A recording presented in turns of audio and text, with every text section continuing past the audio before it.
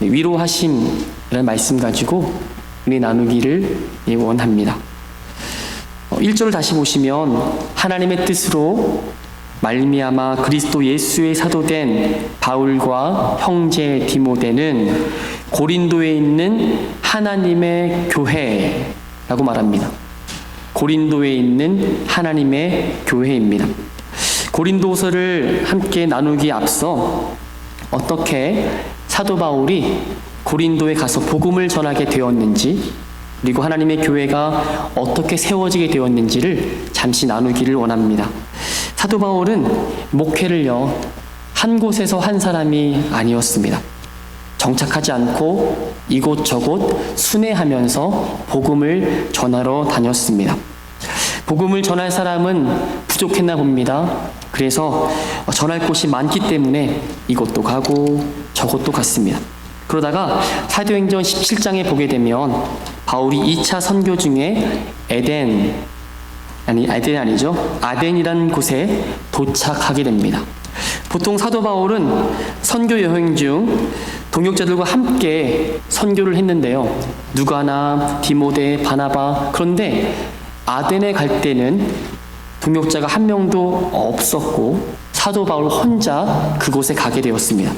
사도행전 17장 15절에 보게 되면 바울을 인도하는 사람들이 그를 데리고 아덴까지 이르러 그에게서 실라와 디모데를 자기에게로 속히 오게 하라는 명령을 받고 떠나니라. 바울이 먼저 아덴에 도착합니다. 약속한 사람들은 아무래도 나중에 합류할 것 같아요. 그 사이에 바울이 아덴이란 도시를 둘러보게 되는데 너무나도 깜짝 놀라게 됩니다. 그 도시에 바울이 어마어마한 우상이 있다는 것을 알고 그 마음에 격분이 일어난다고 성경은 말합니다. 격분이 일어났다, 이 말을 그냥 잠시 보면 화가 났다, 분이 났다라는 뜻인데, 그런 말보다 진짜 헬라어의 뜻은 질투하다라는 의미입니다. 생각해 보십시오. 사도 바울의 마음에 우상 숭배를 보고서 질투가 생겨난 것입니다. 사도 바울이 우상 숭배하는 그 사람들을 향해서 질투한 것이 아니라 하나님의 마음을 가지고 우상 숭배한 저들을 향한 거룩한 분노가 사도 바울 가운데 일어난 것입니다. 하나님은 저들을 분명 사랑하시는 것 같은데 저들은 하나님이 있는지도 모르고 그냥 자신들이 만들어 놓은 우상 앞에서 절하고 숭배하는 것을 보면서 가슴 아파하는 마음으로 격분이 일어났다는 것입니다. 이것이 바로 하나님 아버지의 마음입니다. 잃어버린 영혼을 향한 이런 마음, 우리에게도 있어야 될 줄로 믿습니다. 이런 마음이 분명할 때 하나님께서 한 영혼을 향한 소명을 우리에게 허락하십니다. 그래서 사도 바울이 그 하나님 아버지의 마음, 질투하시는 마음을 갖고 에덴 사람들과 변론을 하게 되는데요. 그 변론이 그렇게 성공하지 못하고 거의 실패로 마치고 그냥 장소를 옮기게 되면서 그곳이 바로 고린도가 됩니다. 고린도는 항구 도시고요. 글라우디오 황제가 통치했던 그런 장소였습니다. 황제가 그리스도인들을 아덴에서 추방 명령을 내립니다. 그 이유는 예수 믿는 사람들 사이 가운데 자신들끼리 자꾸만 정립되지 않은 신학적인 논쟁을 하고 소란을 일으키니까 그냥 보내게 되는 것이죠. 그로 인해서 아덴이란 그런 항구 도시의 사람들이 떠나게 되고 고린도에 몰려오게 됩니다. 사도행전 18장 4절에 보게 되면 사도 바울은 안식일마다 회당에서 강론하였음을 기록하고 있습니다. 바울은 하나님의 말씀에 붙잡혀서 유대인뿐만 아니라 헬라인, 즉 하나님을 경외하는 사람들에게 아주 간단한 복음을 전합니다. 바로 이것입니다. 예수는 그리스도입니다. 이 한마디를 전합니다. 이것이 바로 복음의 본질입니다. 한번 따라할까요? 예수는 그리스도. 그리하여 수많은 고린도 사람들이 이 말을 믿고 세례를 받았다고 성경은 증언하고 있습니다. 또한 밤에 환상 중에 주께서 두려워하지 말고 침묵하지 말라, 이 성에 내 백성이 많도다라는 말씀을 듣습니다. 그것에 사도 바울은 힘을 얻고 무려 1년 반 동안 고린도 지역에서 말씀을 가르칩니다. 그리고 세운 곳이 바로 고린도 교회가 되겠습니다. 고린도의 교회가 개척된 것입니다. 그러다가 다른 곳에 복음을 전하기 위해서 바울이 떠납니다. 그러다가 들려오는 소식이 있는데 고린도 교회에 문제가 아주 많다는 것입니다. 이것이 우리가 알고 있는 고린도 전서에 나오는 내용입니다. 고린도 교회에 영적으로 풍성한 은혜가 있었지만 파벌이 심했습니다. 결혼과 금혼에 대한 문제가 있었습니다. 우상 제물에 고기를 먹는 문제도 심각했습니다. 또 성령의 은사에 대해서 이런저런 말이 많았습니다. 그런데 교회가 이렇게 문제가 많다는 것은 교회가 살아있다는 것입니다. 교회가 만약 죽어있다면 이런 문제도 없었을 것입니다. 이렇게 아픈 소식을 사도 바울이 듣게 됩니다. 한 걸음으로 가고 싶은데 지금처럼 차가 있는 것도 아니고 비행기가 있는 것도 아니고 너무 먼 거리이기 때문에 사랑하는 제자 디도를 불러서 편지를 쓰기 시작합니다. 그리고 지금 나열했던 모든 문제를 관해서 적고 보낸 것이 간단하게 고린도 전서입니다. 구구절절 얼마나 많이 써서 보내는지 아십니까? 그 이후에 편지를 보내고 나니까 디모데가 그 편지를 가지고 간 다음에 소식을 들고 와야 되잖아요. 전화가 있습니까? 뭐가 있습니까? 근데 디도가 오지 않는 것입니다. 정말 고린도 교회가 내가 보낸 그 편지를 통해서 이 사람들이 회개하고 돌아왔을 것인가? 아니면 이 편지를 받고서 더 격분하면서 사도 바울은 떠난 사람이니까 그 말을 듣지 않겠다, 불순종할 것인지 너무 궁금해서 마게도냐까지 가서 디도를 영접하는데, 그곳에서 디도를 만난 그때 디도가 사도 바울에게 말합니다. 선생님, 고린도 교회가 선생님의 편지를 읽고서 큰 은혜를 받았습니다. 그리고 그 편지를 통해서 저들이 회개를 하기 시작했습니다. 이 소식을 들은 사도 바울은 너무 감사한 거예요. 그런데 고린도 교회에 그 편지를 보낸 전서에는 너무나도 삭막하고 어찌 보면 너무나도 날카로운 말을 많이 전해서 어떻게 하면 저들이 상처받지 않을까 조심스러웠는데, 그들이 그 말씀을 듣고 회개했다고 하니까 사도 바울이 너무 감사한 거 아닙니까? 그래서 쓴 편지가 고린도 후서라고 간략하게 말씀을 전하는 것입니다. 우리 3절 다시 한번 보겠습니다. 찬송하리로다. 그는 우리 주 예수 그리스도의 하나님이시요 자비의 아버지시요 모든 위로의 하나님이시며.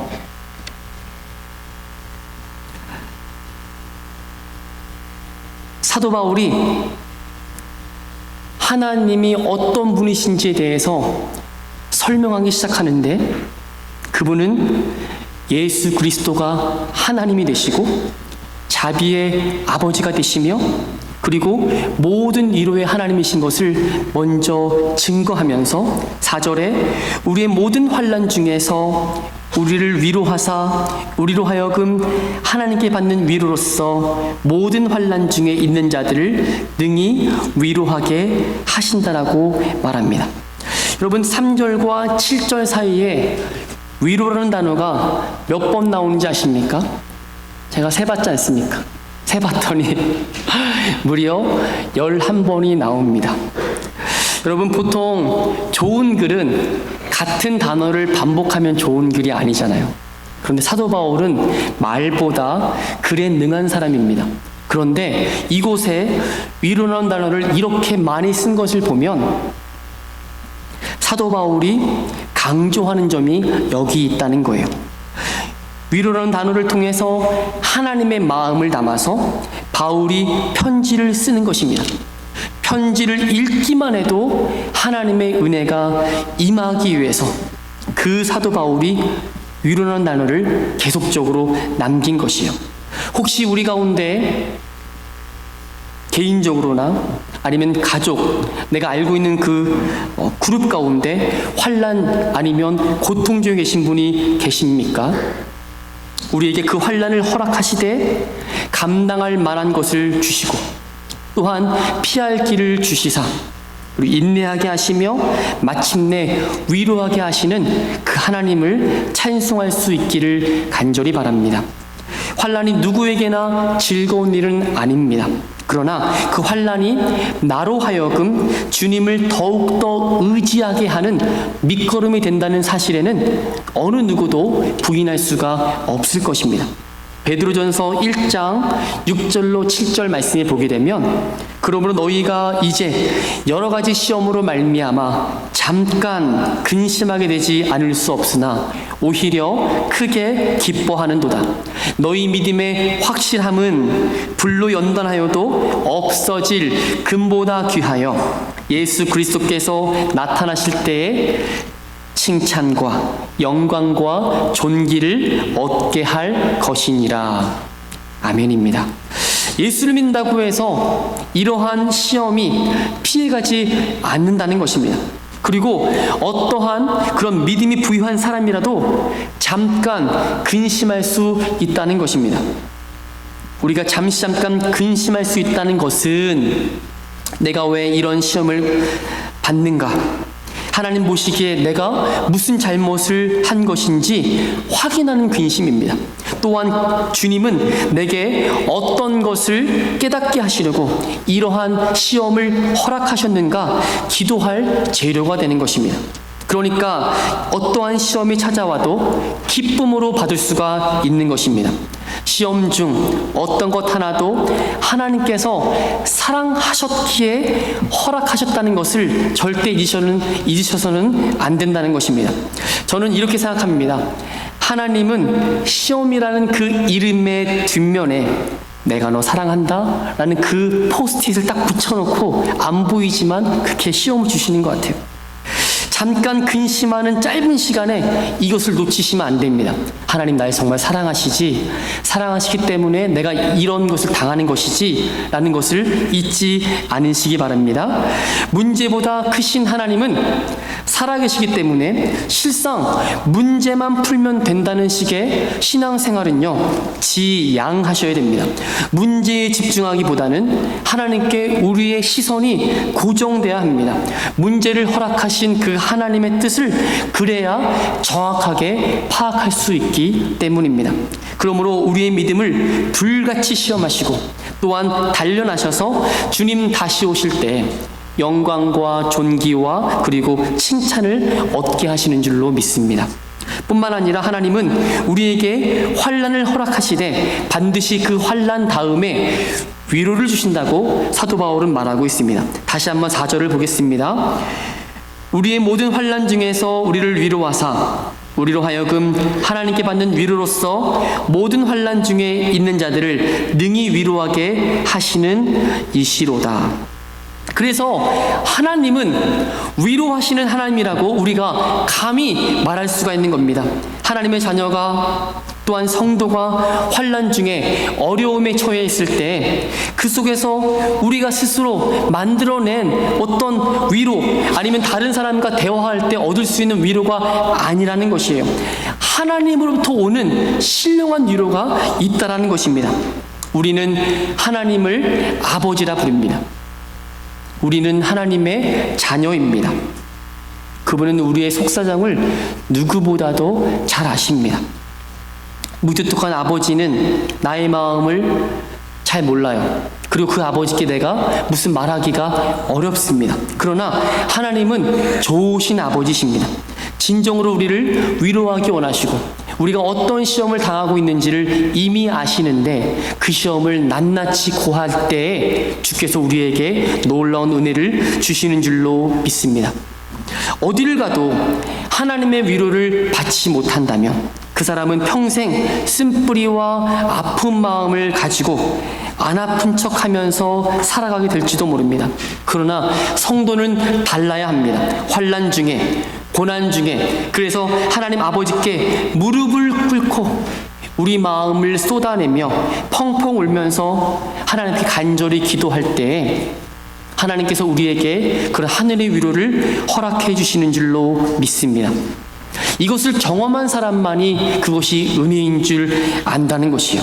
그 하나님의 위로하심은 환난 중에 성도에게 또한 누구에게 인정할 수 있는 그런 위로가 증거가 될 줄로 믿습니다. 하나님께서 내게 왜 이러한 환난, 고난을 허락하셨을까? 당하는 입장에서는 아직 모를 수가 있습니다. 그래서 기도하면서 우리가 물어보기를 시작해야 된다는 거예요. 상처받은 치유자라는 책에서 나오는 것처럼 남들이 당하지 못했던 수모와 또한 부끄러움과 어려움, 고난을 미리 경험해 보면서 이제 다른 사람들이 당하는 그 고난과 환난이 내 눈에 들어오기 시작한다는 것입니다. 우리가 당하는 그 환난을 통해서 받는 위로로 다른 환난 중에 있는 사람들을 하나님께서는 위로하게 하신다는 것입니다. 지금 저와 여러분은 하나님의 위로를 전해줄 수 있는 사람들로 지금 계속적으로 만들어 가고 계신다는 사실을 잊지 마시기 바랍니다. 특별히 우리 교회에 환난 중에 있는 그런 사람들, 하늘의 위로를 받았다면 또한 그런 간증이 주변 사람들에게, 위로가 필요한 사람들에게 나누어 줄 있는 그런 넉넉한 하늘의 위로가 되기를 바랍니다. 5절 보시겠습니다. 그리스도의 고난이 우리에게 넘친 것 같이 우리가 받는 위로도 그리스도로 말미암아 넘치는도다. 고난이 찾아오면요, 하나님이 나를 잊으셨나? 내가 뭐 잘못했지? 이러한 반응보다는 환난과 고난을 통해 우리에게 넘치도록 주시는 하나님의 위로가 무엇일까? 그럼 먼저 고민하는 시간이 있기를 원합니다.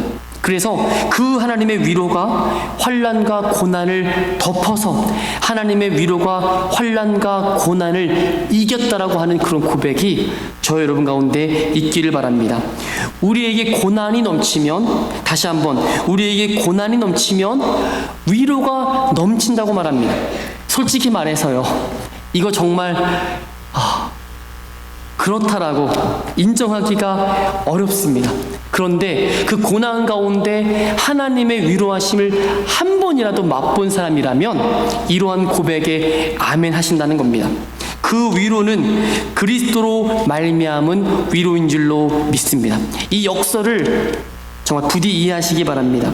히브리서 2장 18절 말씀에 그가 시험을 받아 고난을 당하셨은즉 시험 받는 자들을 능히 도와주실 수 있느니라. 또 히브리서 4장 15절 말씀에 우리에게 있는 대제사장은 우리의 연약함을 동정하지 못하실 리가 아니요 모든 일에 우리와 똑같이 시험을 받으신 이로되 죄는 없으시니라. 우리의 모든 연약함을 우리 주님은 미리 이미 아신다라는 겁니다. 왜 그 연약함 가운데 내가 동일한 그런 시험을 당하고 있는지 주님은 아신다라는 겁니다. 예수께서 친히 또 직접 시험을 받아 고난을 당하셨기 때문에 우리가 갖고 있는 그 속사정을 누구보다 잘 아신다라고 말씀합니다. 또 시험 받는 사람들을 능히 도우실 수 있다라고 말합니다. 우리가 시험 받을 때, 또 환난이 있을 때 어떻게 하겠습니까? 침묵하고 다른 사람에게 말하기보다는 주님께 납작 엎드려서 간절히 기도하고 주님의 도우심을 구하는 것이 필요합니다. 그러므로 6절 말씀을 보시면 우리가 환난 당하는 것도 너희가 위로와 구원을 받게 하려는 것이요 우리가 위로를 받는 것도 너희가 위로를 받게 하려는 것이니 이 위로가 너희 속에 역사하여 우리가 받는 것 같은 고난을 너희도 견디게 하느니라. 아멘. 아멘이십니까? 한 발자국 더 나아가 사도 바울은 이렇게 환난을 정의한다는 것입니다. 들어보세요. 환난을 당하는 것도 위로와 구원을 위함이라고 말씀합니다. 우리가 위로를 받는 그런 것도 고린도 교회의 성도들이 위로를 받기 위함이라고 말합니다. 마지막으로 주님이 주시는 그 위로가 고린도 교회에 역사하여서 사도 바울, 그가 받는 것 같은 고난도 능히 이긴다라고 말하는 것입니다. 여러분, 이렇게 사도 바울이 이게 뭔 말이요? 자꾸만 위로는 얘기하는데 이해가 잘 안 되는 말을 3절부터 쭉 길게 이야기하는 이유가 여기 있습니다.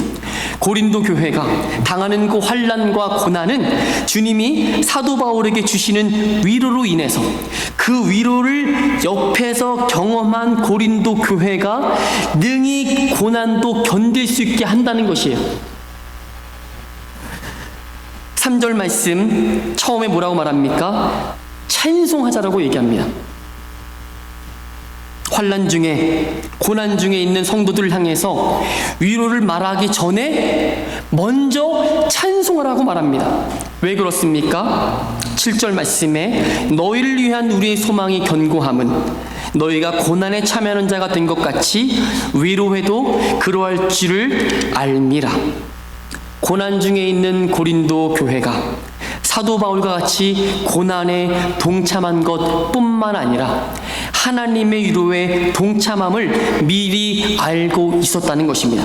이 말은요, 고난에 동참하는 것이 위로에 참여하는 것과 동일하는 말이에요.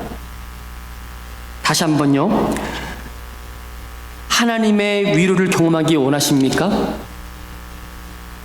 그러면 지금 당하고 있는 고난과 환난 중에 있으면 하나님의 위로가 임한다라고 사도 바울은 역설하고 있는 것입니다. 복음과 함께 고난을 당하는 것이 당연하다라고 말하는 것과 일치하는 것이에요. 그러므로 사도 바울은 확신으로 먼저 찬송하자고 말하는 것입니다. 여기에 놀라운 성경적인 원리가 있습니다. 이미 환난과 시험 그리고 위로를 겪어본 사도 바울이 고린도 교회를 향하여서 이렇게 외치는 것입니다. 동부 교회를 향해서 이렇게 외치는 것입니다. 찬송할 만한 환경과 기분이 아니라는 것을 잘 안다는 것이에요. 그럼에도 불구하고 예수 그리스도는 하나님이 되시며 자비의 아버지가 되시며 모든 위로의 하나님이 되신다는 것을 먼저 미리 찬송하자고 얘기하는 것이에요. 찬송할 만한 이유가 있고 찬송할 만한 기분이 있기 때문에 하는 것이 아니라는 것입니다. 우리가 믿는 살아계신 그 하나님은 모든 환난과 시험에서 능히 우리를 건져내시고 위로하는 하나님심을 믿고 미리 찬송할 수 있게 되기를 주님의 이름으로 축원드립니다.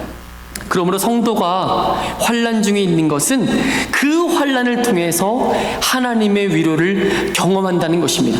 하나님께로부터 받은 그 풍성하고 따뜻한 위로를 통해서 동일한 환난과 시험 가운데 있는 성도들을 우리가 위로할 수 있다라고 말하는 것이에요. 사도 바울은 주 안에 확신에 차 있습니다. 고린도 교인들이 바울처럼 복음 때문에 어려움을 겪었듯이 사도 바울이 주님께로부터 그 받은 위로를 너희도 받으라고 말하는 것이에요. 또한 동부교회에도 이러한 위로가 필요할 것인데 지금 당하는 시험과 또 환난 중에 주님을 더욱더 찬송하고 하늘로부터 오는 그 위로를 정말 받게 되기를 주님의 이름으로 축원드립니다. 하늘의 위로와 기쁨이 우리 가운데 넘쳐나기를 원합니다. 함께 기도하겠습니다.